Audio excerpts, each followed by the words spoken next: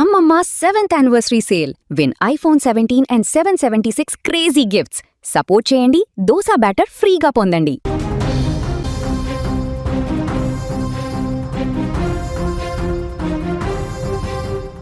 నగరంలో అదృశ్యమైన బీటెక్ విద్యార్థి ఘటన విషాదాంతంగా మారింది. అతని మృతదేహం ప్రకాశం జిల్లా సింగరాయకొండ పోలీస్ స్టేషన్ పరిధిలోని ఒక బావిలో గుర్తు తెలియని వ్యక్తి మృతదేహంగా లభ్యమైంది. అక్కడి వస్తువుల ఆధారాల ప్రకారం అది విద్యార్థి అంకం రాహుల్ మృతదేహంగా కాచిగూడ పోలీసులు గుర్తించారు. జగిత్యాలకు చెందినటువంటి బీటెక్ విద్యార్థి అంకం రాహుల్ గత నెల 27వ తేదీన అదృశ్యమైనటువంటి విషయం తెలిసిందే. అయితే తండ్రి అంకం రాజేశ్వర్ ఫిర్యాదు మేరకు పోలీసులు విచారణ చేపట్టారు. అతను సైదాబాద్లోని ప్రైవేట్ బాలుర హాస్టల్లో ఉంటూ ఒక ఇంజనీరింగ్ కళాశాలలో బీటెక్ 3వ సంవత్సరం చదువుతున్నాడు. గత నెల 27న అతను స్నేహితుడి ద్విచక్ర వాహనంపై కాచిగూడ టూరిస్ట్ హోటల్ చౌరస్తాకు వచ్చి దిగి అక్కడ బయటకు వెళ్తున్నానని చెప్పి కనిపించకుండా పోయాడు. నిఘా కెమెరాల ఆధారంగా అతను శబరి ఎక్స్ప్రెస్లో వెళ్ళినట్టుగా నిర్ధారించారు. గత నెల 30న సింగరాయకొండ పోలీస్ స్టేషన్ పరిధిలోని బావిలో గుర్తు తెలియని వ్యక్తి మృతదేహాన్ని గుర్తించి కేసు నమోదు చేశారు అక్కడ పోలీసులు. కాచిగూడ పోలీసులు అది రాహుల్ శవంగా గుర్తించారు. కళాశాలలో అతను ఒక యువతిని ప్రేమిస్తున్నానంటూ వాట్సాప్ మెసేజ్ కూడా పెట్టాడు.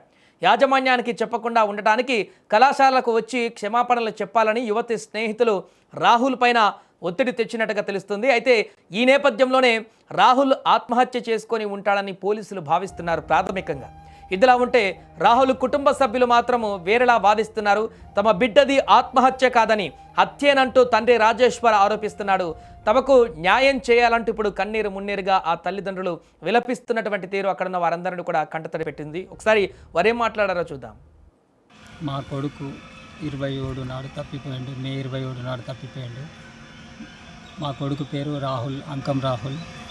అతను హైదరాబాద్లో మాతృశ్రీ ఇంజనీరింగ్ కాలేజీలో 3rd ఇయర్లో చదువుతున్నాడు. వారు ఒక ప్రైవేట్ హాస్టల్లో ఉంటూ కాలేజీకి వెళ్ళేవాడు. అయితే నాకు శనివారం నాడు అంటే 13 నాడు ఫోన్ వచ్చింది, ఈ వారం మొత్తం మీ అబ్బాయి కాలేజీకి రావడం లేదు అని ఒక స్టూడెంట్ ఫోన్ చేసి అడిగితే, అయితే ఫోన్ చేసిన ఫోను 3 రోజుల నుంచి స్విచ్ ఆఫ్ అవుతుందని చెప్తే అదే రోజు రాత్రి భయంతో నేను అక్కడ బస్సు ఎక్కి హైదరాబాద్లో వచ్చి హాస్టల్ తెల్లారి వరకు హాస్టల్లో దిగి హాస్టల్లో ఎంక్వైరీ చేస్తే ఇట్లా అటే ఊరికి వెళ్తా లేదంటే ఫ్రెండ్స్ దగ్గరికి వెళ్తా అని ఒక్కొక్కరికి ఒక్కొక్క తీరు చెప్పారట. అయితే ఇంటికి రాలేడు, అటు ఫ్రెండ్స్ దగ్గరికి పోలేడు. ఆయన కాచిగూడ పోలీస్ స్టేషన్కి వెళ్ళి నేను కంప్లైంట్ ఇచ్చిన.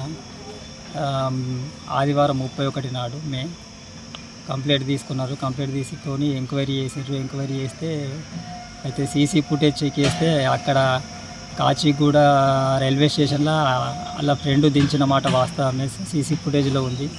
ఆ తర్వాత కాచిగూడ రైల్వే స్టేషన్ ఎక్కి మన లోకల్ ట్రైన్ ఎక్కి సికింద్రాబాద్లో దిగిందట. సికింద్రాబాద్లో శబరి పోయే ట్రైన్ ఎక్కిడు. శబరి పోయే ట్రైను అదే 27 నాడు శబరి పోయే ట్రైన్ ఎక్కిడు. ఎక్కి దిగిండు. ఆ తర్వాత మాకు అక్కడ కాచిగూడ పోలీస్ స్టేషన్ నుంచి ఇన్ఫర్మేషన్ ఏమీ లేదు. అదే లాస్టు. మేము కంప్లీట్ చేసింది 31 నాడు. ఇవాళ నిన్నటి వరకు, నిన్న అంటే దాదాపు 10-11 రోజులు అవుతుంది. ఇంతవరకు CDR రాలేదనే చెప్పుకుంటూ వస్తున్నారు వాళ్ళు. సో సీసీ ఫుటేజ్ మాత్రం చెక్ చేస్తున్నాము. అక్కడ కొంతమంది మాకు 30వ తారీఖు 5 నెల 2026 పాత సింగరాయకొండ ఊరి చివర ఉన్న బావిలో అన్ఐడెంటిఫైడ్ డెడ్ బాడీ సంబంధించి మేము 69/26 కేసు ఒకటి కట్టడం జరిగింది. దీనికి సంబంధించి మన సోషల్ మీడియా ద్వారా కానీ లేదంటే యువనేస్త ఫౌండేషన్ వారి ద్వారా కానీ మేము అన్ని విధాలుగా దాన్ని ప్రసిద్ధి చేయడం వల్ల అది మనకి దాన్ని ఐడెంటిఫై చేసి ఈరోజు మార్నింగ్ దానికి కొన్ని గుర్తులు అంటే టీషర్టు, మెడలో ఉన్న లాకెట్ని ఆధారం చేసుకొని వాళ్ళ కొంతమంది రావడం జరిగింది. అయితే మనకి పూర్తిగా వాళ్ళదే ఐడెంటిఫై చేయడానికి మనం DNA టెస్ట్కి కూడా పంపించడం జరుగుతుంది. ఆ రిపోర్ట్ వచ్చిన తర్వాత మేము కన్ఫర్మేషన్ చేసి ఇక్కడికి ఎలా వచ్చాడు, ఏం జరిగింది అనేది తదుపరి దర్యాప్తులు మేము కొనసాగించి మీకు తెలియజేయడం జరుగుతుంది. సో ఇది జగిత్యాలకు చెందినటువంటి రాహుల్ హైదరాబాద్ నుంచి అసలు ప్రకాశం ఎందుకు వెళ్ళాడు? సీసీ కెమెరా దృశ్యాలు చాలా క్లియర్గా కనపడుతున్నాయి. తన చేతిలో ఒక బ్యాగు, అదేవిధంగా తన భుజాలకి ఇంకొక బ్యాగ్ ఉంది. 2 బ్యాగుల్లో కొంత లగేజ్ను కూడా భారీగా తీసుకువెళ్ళినటువంటి దృశ్యాలు అయితే ఆ సీసీ కెమెరాలు చూస్తే మనకు అర్థమవుతుంది.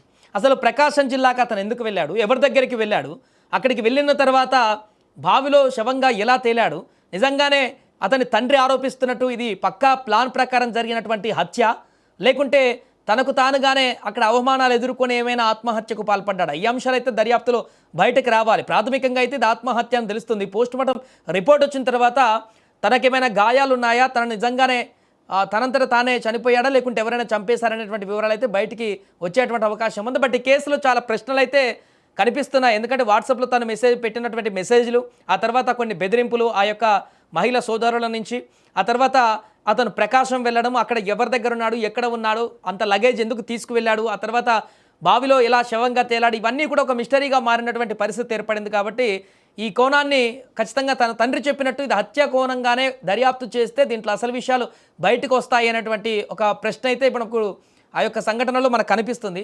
ఏదేమైనా దర్యాప్తులో ఎలాంటి అంశాలు బయటకు వస్తాయనేది వేచి చూడాలి.